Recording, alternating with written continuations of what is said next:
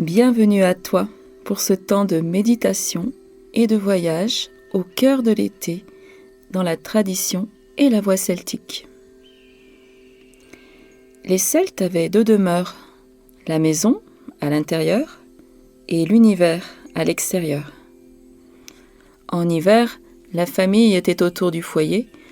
En été, c'était le soleil qui était leur centre sacré.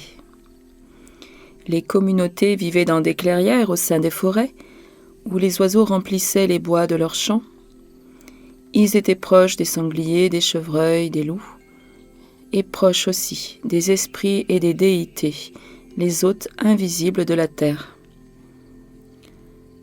Tout l'univers était considéré comme vivant, sacré, animé.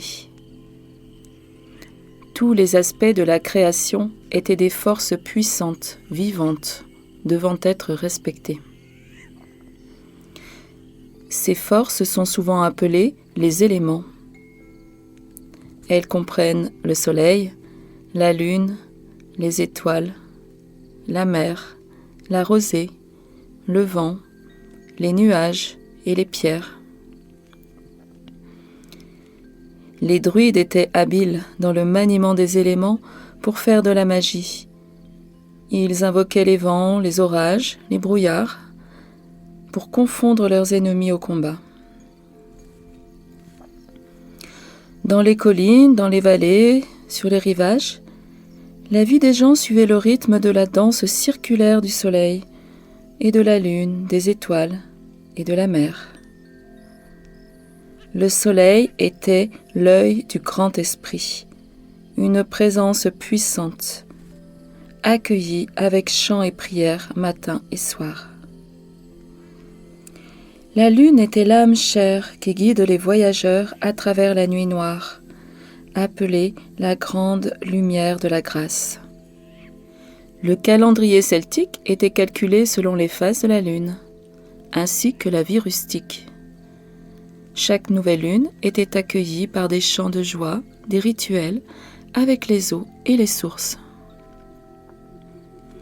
Cultiver une conscience des cycles du soleil et de la lune est une façon simple de nous reconnecter avec les rythmes du monde naturel, de participer activement à la beauté et à la merveille d'un univers sacré. Avec l'été, l'époque des moissons et des cueillettes est arrivée.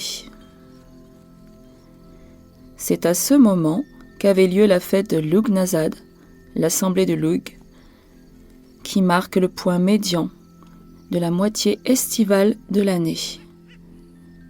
C'était un temps de festivité, de rassemblement dans l'énergie du masculin, qui prenait la forme de foires et de courses de chevaux.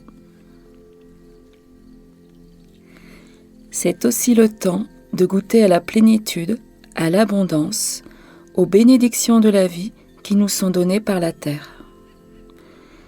C'est le temps de réfléchir sur nos espoirs et nos rêves qui ont été semés à l'aube de l'année, qui sont venus à la vie au printemps, qui sont peut-être maintenant prêts à donner leurs fruits. Au niveau spirituel, nous pouvons nous demander quelle sagesse nous avons recueillie jusqu'à présent. Quelle sera la moisson de notre âme ?